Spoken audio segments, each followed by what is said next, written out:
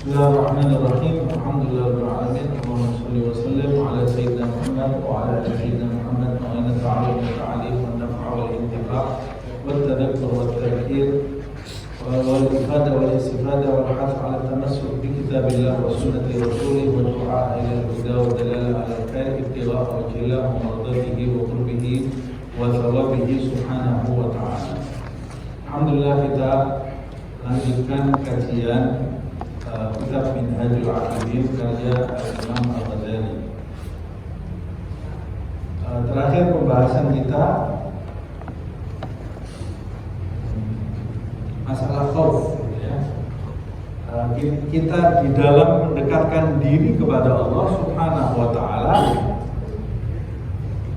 terdapat rintangan-rintangan dan kendala di dalam diri kita sendiri. Untuk mengatasi semua itu kita memerlukan dua sayap supaya kita untuk terus istiqomah dalam melaksanakan ketaatan dan menjauhi hal-hal yang dilarang oleh Allah Subhanahu wa taala. Dua sayap yang memungkinkan kita untuk terus terbang mendekat kepada Allah Subhanahu wa taala. Dua sayap itu kiasan dari dua sifat yang harus disandang bagi setiap salik orang yang mendekatkan diri kepada Allah, yaitu sifat khauf dan sifat raja. Khauf itu artinya cemas atau takut kepada Allah Subhanahu wa taala. Raja artinya berharap kepada Allah Subhanahu wa taala. Nah, sebetulnya sebagian ulama mengatakan ini mungkin sudah saya jelaskan tapi tidak ada salahnya saya ulang. Ada perbedaan antara khauf dan khasyah.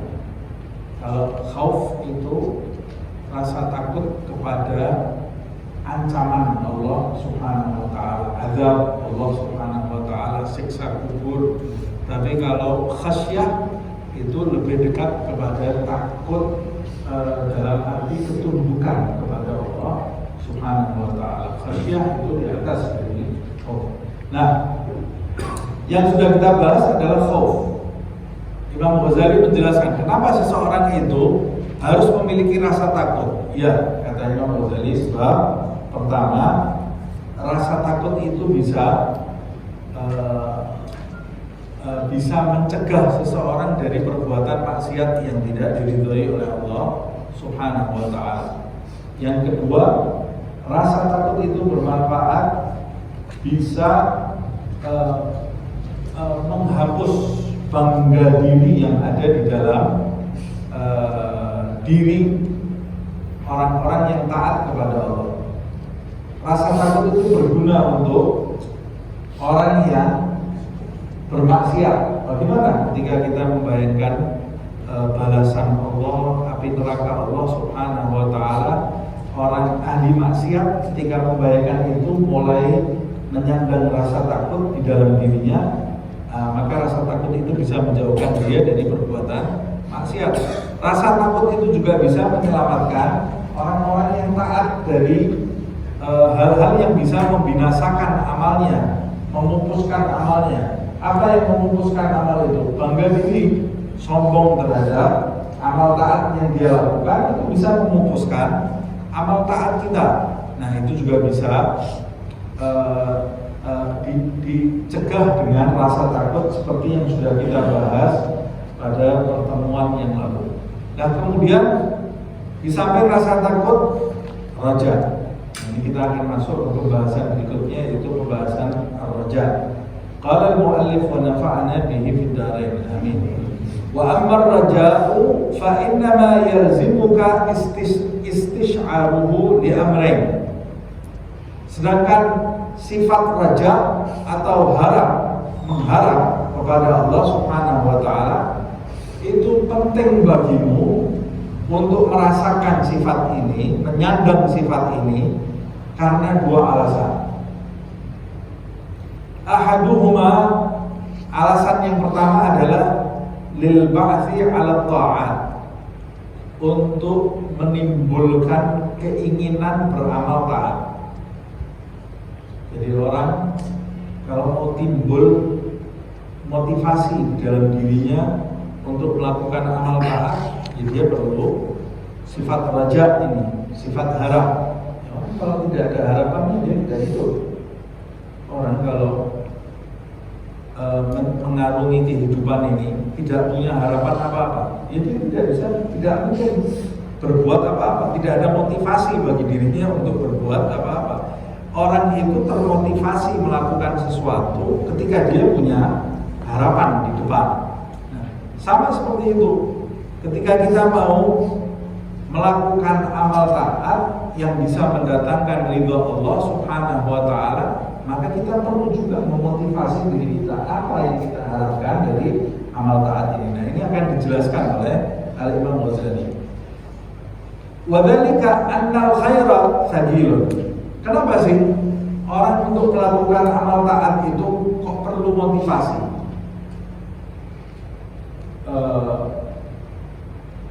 Sebetulnya hakikatnya orang itu melakukan amal taat harusnya tidak perlu motivasi.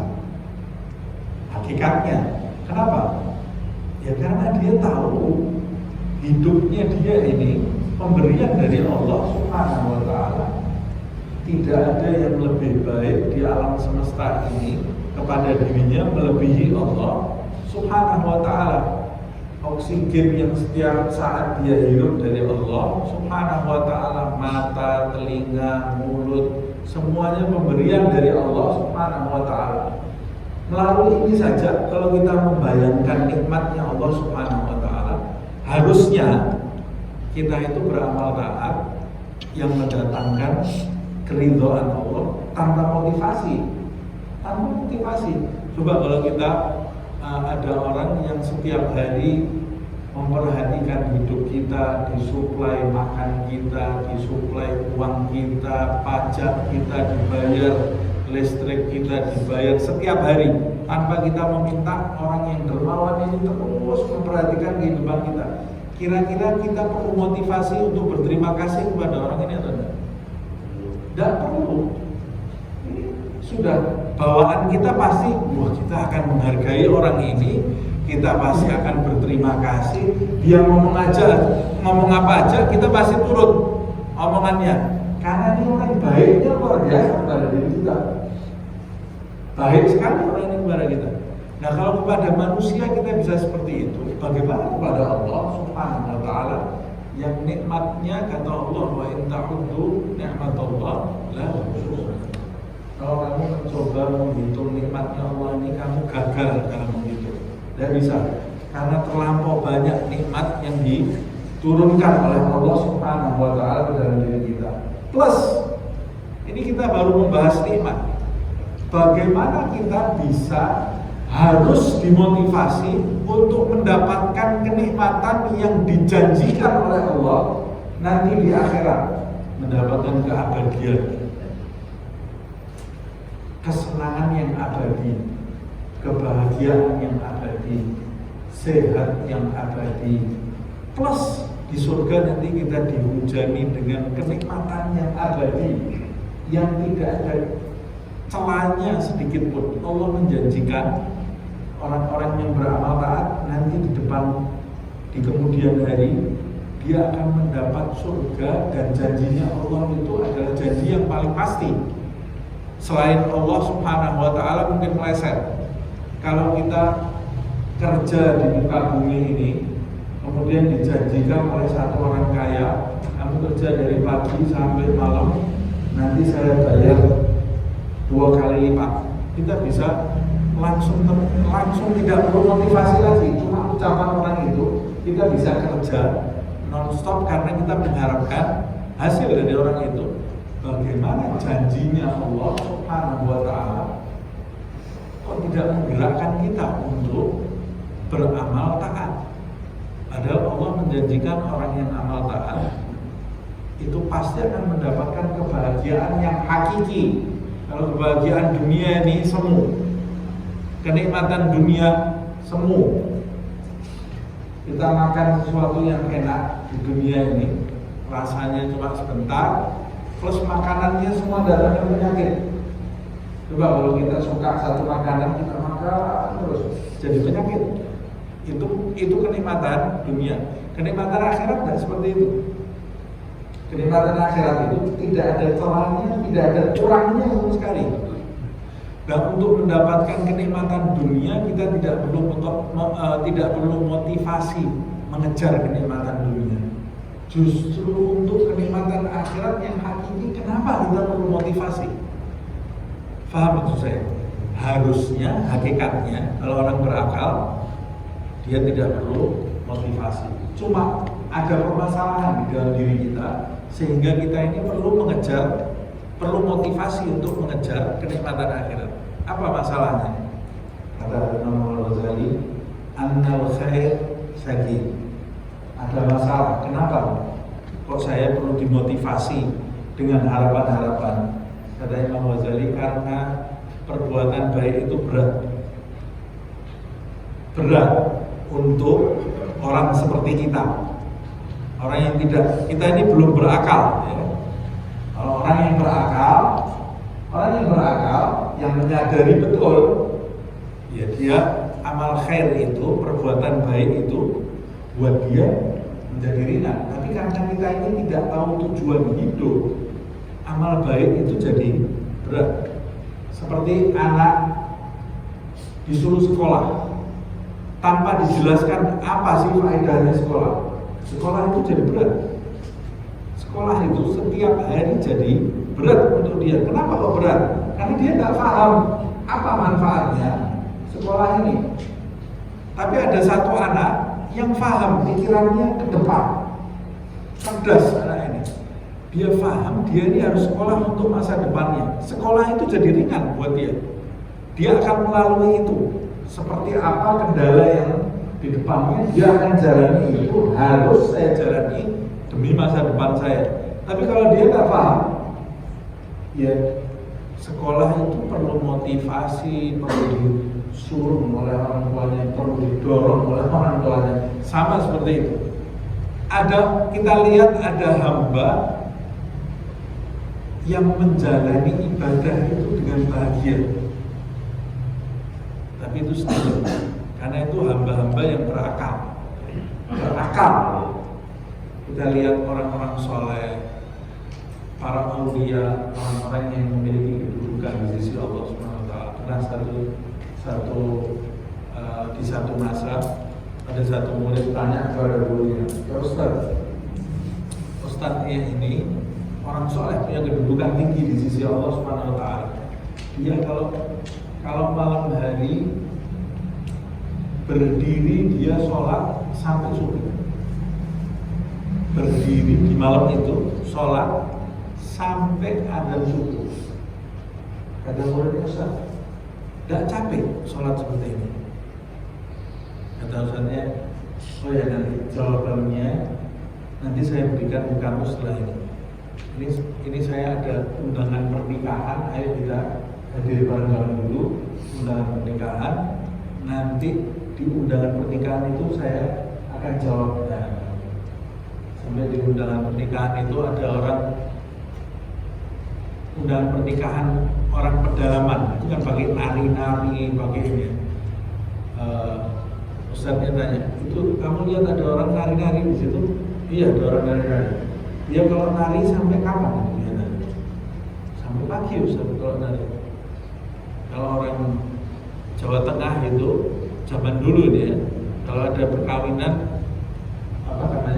nanggap wayang, sampai 3 hari 3 malam nonstop.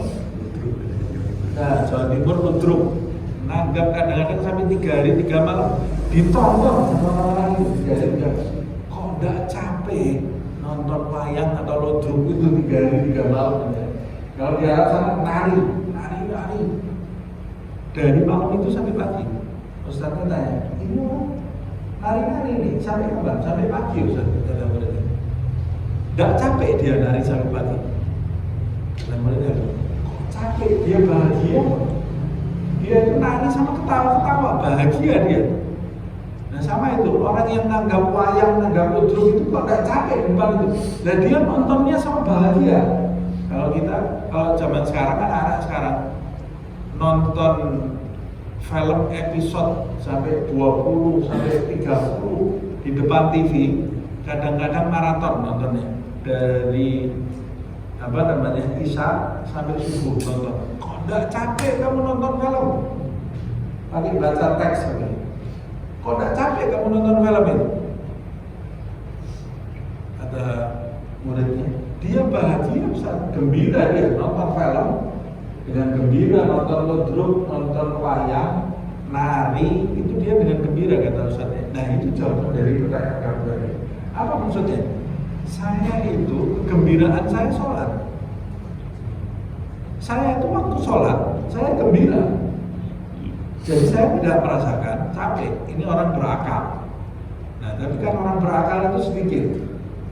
Sebagian besar orang itu ya seperti kita ini yang tidak berakal. Disuruh sholat subuh, Allah kayak kejatuhan gunung.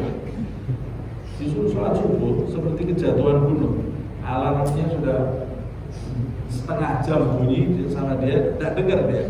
Nah, apalagi disuruh tahajud, apalagi disuruh sholat sunnah, waduh, beratnya luar biasa. Disuruh baca Al-Quran, mulutnya tidak bisa buka mulutnya. Disuruh membaca zikir, susahnya luar biasa. Kok bisa seperti itu? Ya karena kamu belum berakal, kamu belum tahu tujuan.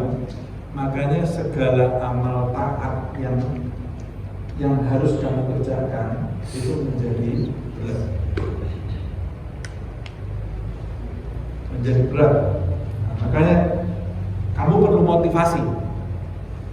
Kalau amal baik itu sudah menjadi berat untuk dirimu, maka kamu perlu motivasi. Motivasinya itu harapan-harapan. Nah, karena sebagian besar manusia itu tidak berakal, ya makanya harus ada harapan di dalam hidupnya. Nah, wasyaitan anhu zajir. Pertama, amal baik itu berat. Yang kedua, setan itu menghalau amal baik dari diri kita. Sudah orangnya ini menganggap sholat itu berat, ngaji berat, zikir berat, sedekah berat. Dari dalam dirinya dia menganggap akalnya itu sudah menganggap berat. Orang suruh baca Al-Quran aja tawar-tawaran sama sekarang. Baca Al-Quran sehari berapa Ustaz? 1 juz. Tidak masuk akal kan 1 juz. Ya sudah setengah juz. Wah masih berat setengah juz. Ya sudah 1 lembar. Waduh beratnya luar biasa. Tawar-tawaran Al-Quran. Padahal dia bisa menghabiskan novel tebelnya sendiri dalam sehari. Dia bisa habiskan itu. Dia bisa habiskan film dalam sehari. Baca Al-Quran 1 juz tawar-tawar. Sholawat berapa kali Ustaz? 1000. Waduh, tidak bisa 1000, 300 masih belum bisa 300. Kenapa? Sibuk saja. Padahal ngobrol terus kerjaannya. Jadi amal taat itu sendiri dianggap berat. Sudah orangnya itu menganggap amal taat itu berat, plus ada setan yang menghalau amal taat dari hidup orang itu. Ini problem besar ya. Jadi kadang kita berbuat baik, ini sebabnya kenapa kita berbuat baik tapi tidak bisa continue. Tidak bisa continue. Karena perbuatan baik itu kita anggap berat. Yang kedua ada setan yang menghalau. Atau sebaliknya kita meninggalkan perbuatan maksiat tidak bisa continue. Ya karena tadi itu perbuatan maksiat itu menyenangkan. Ada setan yang memotivasi kita untuk berbuat maksiat. Makanya kita perlu khauf dan perlu raja. Asy-syaitan anhu zajirun wal hawa ila diddihi da'in. Problem ketiganya lagi, hawa nafsu kita itu mengajak kita untuk sesuatu yang berlawanan dengan kebaikan. Hawa nafsu kita sendiri itu mengajak kita untuk melakukan sesuatu yang berlawanan dengan ketaatan. Subuh itu harusnya sholat, hawa nafsu kita ngajak tidur. Harusnya orang itu membaca Al-Quran setiap hari, hawa nafsu kita menjauhkan Al-Quran dari kita. Hawa nafsu itu maunya tidak diikat dengan apa-apa. Hawa nafsu itu ya. Nah, kemudian wahalu ahli ghaflah min amatil khalq fi nafas muntabi'un musyahadun. Kondisinya orang-orang lalai dari kebanyakan makhluk ini lalai. Ini masalah besar. Sebagian besar makhluk itu lalai, yang ingat berakal sedikit seperti yang saya sebutkan. Sebagian besar makhluk itu memiliki hidup yang tidak mengarah kepada ketaatan. Sebagian besar makhluk itu. Jadi kita ini kadang-kadang amal baiknya kita anggap berat, setan menghalau amal baik, nafsu kita sendiri mengajak kita kepada yang bertolak belakang dengan amal baik, dan sebagian lingkungan kita ini adalah lingkungan yang lalai dari Allah Subhanahu wa ta'ala. Jadi tidak ada dukungan kita ini untuk beristiqomah dalam melaksanakan ketaatan kepada Allah Subhanahu wa ta'ala. Apalagi di zaman ini, lingkungan ini dipenuhi dengan kelalaian. Kelalaian itu bisa mengejar kita di zaman ini. Kelalaian itu bisa mengejar kita di mana tempat kita duduk. Melalui HP. Orang yang tadinya istiqomah ngaji, beli HP baru jadi tidak ngaji dia. Lihat WA terus, ngecek WA terus. Tadinya dia rajin zikir, punya HP baru, lihat Instagram terus. Setiap hari ngecek siapa yang sudah komen, siapa yang like, siapa yang ini. Hilang semua, zikirnya hilang, ngajinya hilang. Al-Quran ini kadang-kadang sudah dari depan, kemudian ada notifikasi di HP-nya, jadi megang HP dan jadi baca Al-Quran. Nah, ini kelalaian yang ada di sekitar kita. Plus orang-orang yang ada di sekitar kita tidak mendukung kita untuk sebagian besar ya. Sebagian besar tidak mendukung kita untuk mendekat kepada Allah. Zaman sekarang ini kita mau cari teman yang betul-betul mendukung kita dalam istiqomah mendekat kepada Allah. Susahnya seperti cari jarum di jerami. Kalau kita dapat teman seperti itu ya pegang kuat-kuat, jangan sampai kita lepas darinya. Kalau kita ketemu pun kadang-kadang kita nggak betah dekat dia. Kalau kita ketemu teman yang istiqomah, sudah diberitahu oleh Allah ini ada teman istiqomah, ditemukan, belum tentu kita betah duduk di dekat dia karena condongan kita kepada hal-hal yang melalaikan tadi. Nah, ini permasalahannya, ini alasannya ini ya. Kenapa kok kita perlu motivasi dalam amal taat? Wa thawabul ladzi yutlabu bit ta'at 'anil 'ain ghaibun. Masalah berikutnya, pahala yang diinginkan atau pahala yang dijanjikan bagi mereka yang beramal taat itu ghaib, tidak nampak. Tidak nampak. Kan pahala itu tidak kita dapat di sini tuh. Pahala itu nanti kita dapat setelah kita mati. Sholat tahajud, sholat subuh, sholat sunat duha, sedekah, pahala tidak ada sekarang. Ini problem lagi nih. Berarti kan kita perlu keyakinan ini, perlu keyakinan yang kuat. Jadi kadang-kadang ada orang datang, Ustaz, saya ini padahal sudah sholat sunnah, sudah baca wirid, tapi kok rezeki saya nggak naik-naik, Ustaz. Seperti itu, terus ini tidak ada hubungannya rezeki dengan sholat sunnah kamu. Yang dimaksud pahala itu bukan seperti yang diduga oleh sebagian orang sekarang. Alhamdulillah saya sejak sholat sunnah, sejak saya ngaji saldo saya tambah terus. Itu tidak ada hubungannya sama sholat sunnah. Karena ada orang nggak sholat, saldonya tambah juga. Ada orang nggak sholat, saldonya tambah. Jadi kalau saldo kamu tambah, boleh jadi karena Allah memberi nikmat kepada kamu saat kamu taat, boleh jadi karena sebab lain. Karena pahalanya amal taat yang kamu lakukan itu gaib. Kamu tidak dapat sekarang, nanti kamu dapat. Betul, orang yang amal taat itu hidupnya jadi berkah, benar. Tapi kan tidak bisa ditentukan, dipastikan ini gara-gara amal taat saya. Kalau nanti pahala yang akan kita dapat di akhirat itu bisa dipastikan harusnya. Tapi masalahnya gaib, tidak ada yang terlihat. Itu yang menjadikan orang itu malas melakukan amal taat. Kadang-kadang keyakinannya ketika merosot dia berhenti melakukan amal taat tadi karena apa yang didapat, pahala yang didapat oleh amal taat itu tidak terlihat. Wa amadul wusuli ilaihi fima yahsibuhu ba'idun. Dan untuk mencapai waktu mendapatkan pahala tadi, kita perlu waktu yang lama dan didapat sekarang seperti yang saya sebut.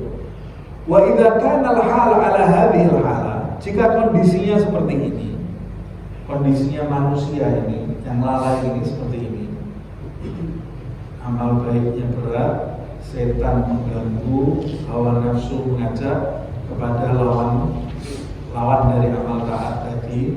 Sebagian besar makhluk itu tidak mendukung kita untuk beramal taat, tapi dalam kelalaian, pahalanya amal taat itu nanti didapatnya gaib, dan untuk mendapatkan itu perlu waktu yang lama, tidak sekarang. Kalau kondisinya seperti ini, fala tanba'ithun nafsu lil khair, maka nafsu itu tidak punya keinginan untuk melakukan amal taat. Jiwa itu akhirnya tabiatnya jadi tidak, ini problemnya ini ya, jadi tidak mau melakukan amal taat tadi. Wala tardha fihi haqqahu, dia juga tidak termotivasi untuk melakukan amal taat tadi. Beda dengan hal-hal duniawi. Hal-hal duniawi itu jelas dilihat. Kamu kerja A, gajinya sekian, dapat gajinya tanggal sekian. Nah itu jelas ada patokannya, sehingga orang itu termotivasi untuk kerja. Tapi kalau amal taat ini kan tidak ada waktunya. Nanti kalau kamu sudah mati-matinya kapan? Dan itu selama hidup saya di dunia saya tidak lihat pahala itu jadi problem gitu ya. Nah itu yang menjadikan nafsu seseorang itu tidak termotivasi. Wala tahtazlahu illa bi amrin yubabilu kulla hadhil mawani' wa yusawiha. Makanya orang itu jiwanya, dirinya tidak akan bergerak untuk melakukan amal taat kecuali kalau ada tandingannya yang menandingi hal-hal yang mencegah tadi, minimal yang setara, yusawiha. Jadi dia harus tahu setiap melakukan amal taat itu saya dapat apa, minimal ada tandingannya gitu ya. Kalau tadi melakukan amal taat setan mengganggu, nafsu bilang apa faedah yang kamu dapat dari amal taat ini, karena kamu nggak tahu. Nah caranya kamu harus mendatangkan tandingan itu harapan tadi. Jadi kamu harus tahu apa yang saya dapat kalau saya melakukan amal taat. Nah makanya di dalam ayat Al-Quran Allah itu mengulang-ulang janjinya di dalam ayat Al-Quran. Surga itu diulang berkali-kali oleh Allah SWT supaya menimbulkan motivasi di dalam diri kita. ridho Allah, kebahagiaan itu diulang berkali-kali. Begitu juga siksa itu diulang-ulang oleh Allah Subhanahu wa taala di dalam Al-Qur'an supaya kita ini terus menghadirkan rasa takut dan rasa harap tadi. Bal yazidu 'alaiha. Nah, bahkan bukan sama tapi lebih, kamu harus menghadirkan harapan yang lebih daripada apa yang diminta oleh nafsumu dan setan, supaya kamu ini bergerak untuk melakukan amal taat. Lebih-lebih lagi ketika kita malas. Orang itu kalau baru baca Al-Quran pertama kali, dia semangat, itu belum istiqomah dia kan? Karena baru sekali kok. Ada orang, alhamdulillah Ustaz, saya baca Al-Quran sampai 3 lembar hari ini. Oh, kamu sudah berapa hari baca Al-Quran? Baru hari ini. Belum, kamu belum dapat tantangan ya. Biasanya euforia ya. Kalau baru pertama, baru dengar baca Al-Quran itu bagus untuk kehidupan. Terus dia pulang baca Al-Quran 3 hari, 3 lembar itu bagus. Tapi itu kamu belum dapat tantangan. Kamu belum bisa disebut istiqomah. Alhamdulillah saya baca Wiridul Latif Ustaz. Berapa hari kamu baca Wiridul Latif? Seminggu. Wah bagus. Sudah pernah malas atau belum? Belum. Berarti kamu belum dapat tantangan. Orang itu dapat istiqomah, dibilang istiqomah ketika dia sudah mengalami rasa malas untuk melakukan amal taat dan dia masih bisa melanjutkan amal taat. Itu berarti orang istiqomah. Itu orang istiqomah. Kamu mau menghitung kamu istiqomah atau tidak ketika baca sholat sunnah umpamanya.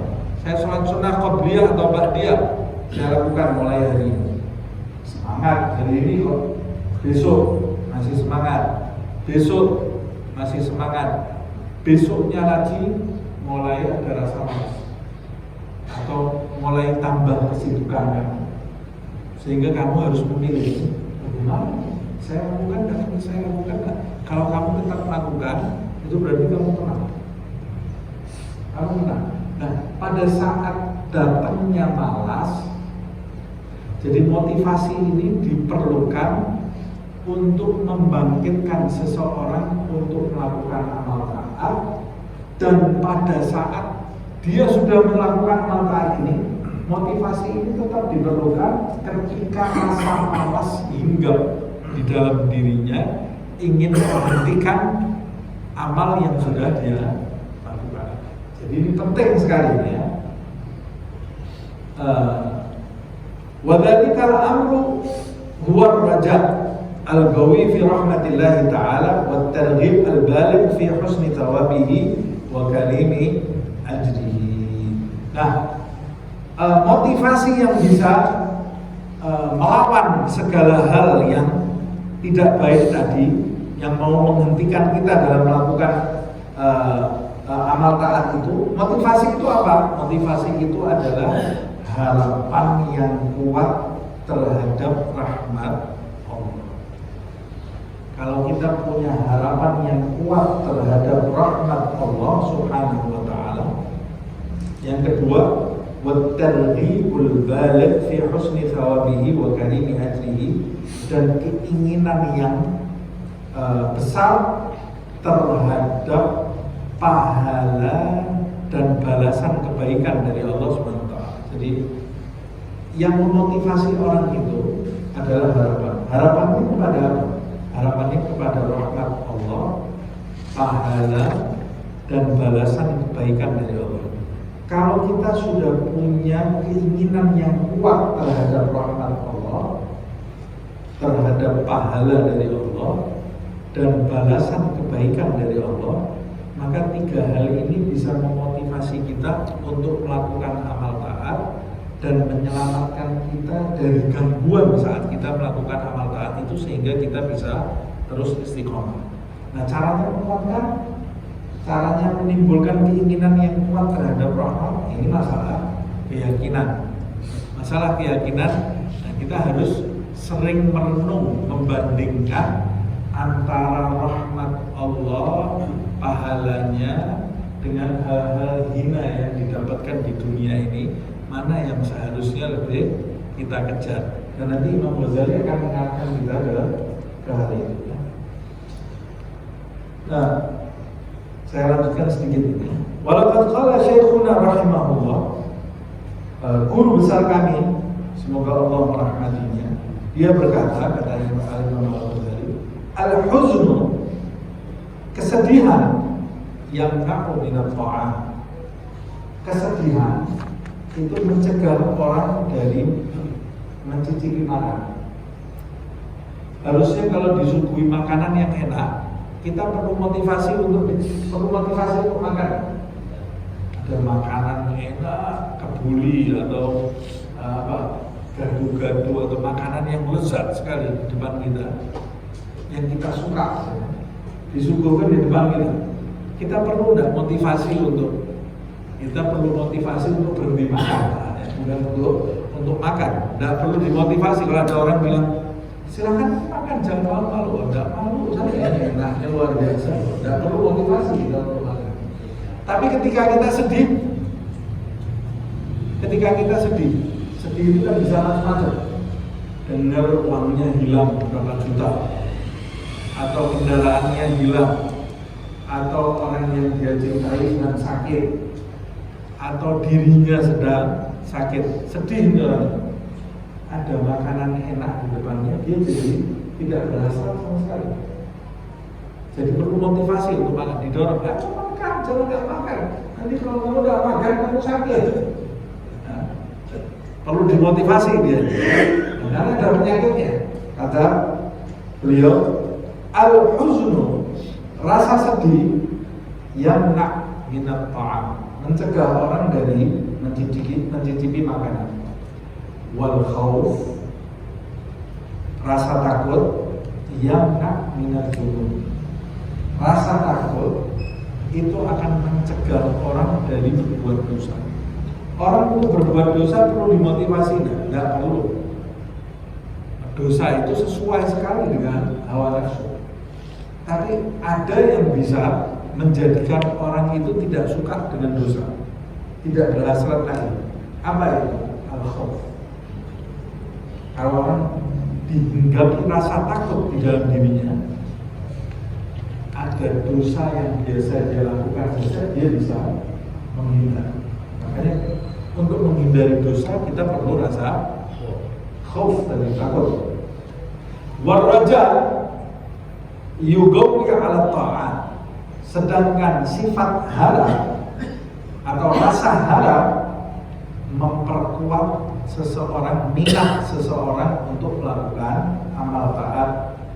Wa dzikrul maut, mengingat kematian, yuzahidu fil fudur, mengingat kematian akan menjadikan orang menjauh dari perbuatan fudul. Perbuatan fudul itu perbuatan yang sia-sia.